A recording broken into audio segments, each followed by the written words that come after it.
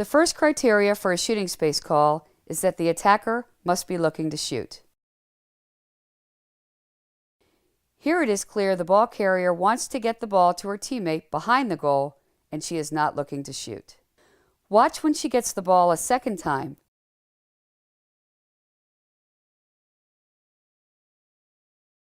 She is clearly looking to shoot. This is something the umpire judges based on circumstances of the play and visual cues from the ball carrier.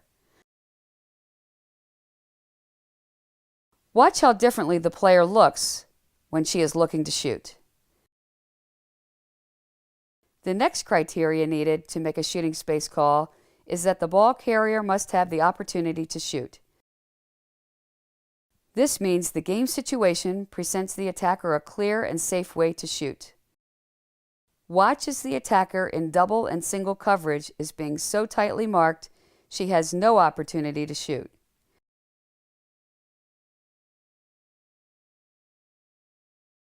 It is always the shooter's responsibility to shoot safely. She may not shoot through defenders if the defenders are within a stick's length of her or are within a stick's length of her teammates. The following scenes show familiar game situations where shooting space is not present. Defenders who stay with cutters within a stick's length who are being drawn through the shooting space by attackers are not in shooting space. Shooting space is not a 1-to-1 ratio like the 3 seconds call is. It is possible for multiple defenders to be guarding a non-ball attacker. When this happens, none of those defenders are in shooting space. However, some may be in 3 seconds. The attacker is the player ruining the shooting opportunity here, not the defenders. Watch this legal play, which shows a defender with a great understanding of the shooting space rule.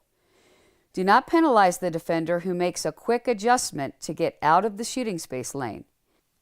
Remember, defenders may leave their sticks in the shooting space lane as they approach the ball carrier, and once they are within a stick's length, can then position themselves in front of the attacker.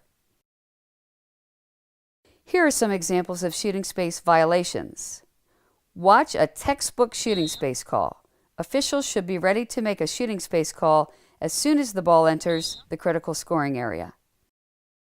Defenders who choose to mirror the attacker who is playing behind the goal are exempt from the 3-second count in the 8-meter.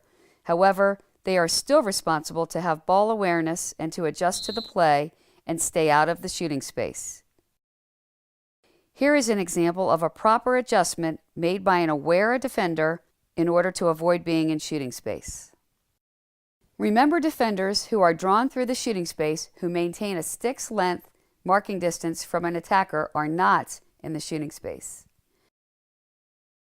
When defenders wish to leave their mark to go to the ball carrier, they must do so while staying out of the shooting space. This scenario must be timed appropriately, because when it is not, it will result in a shooting space call. Here is a defender who incorrectly leaves her mark to play the ball carrier. The goalkeeper, while dressed in protective equipment, must also abide by the shooting space rules when she leaves her goal circle. Watch the goalie in the shooting space lane. This must be called. Zone defenses can lead to shooting space being present, since defenders will often be positioned just above the 8-meter but not marking an attacker.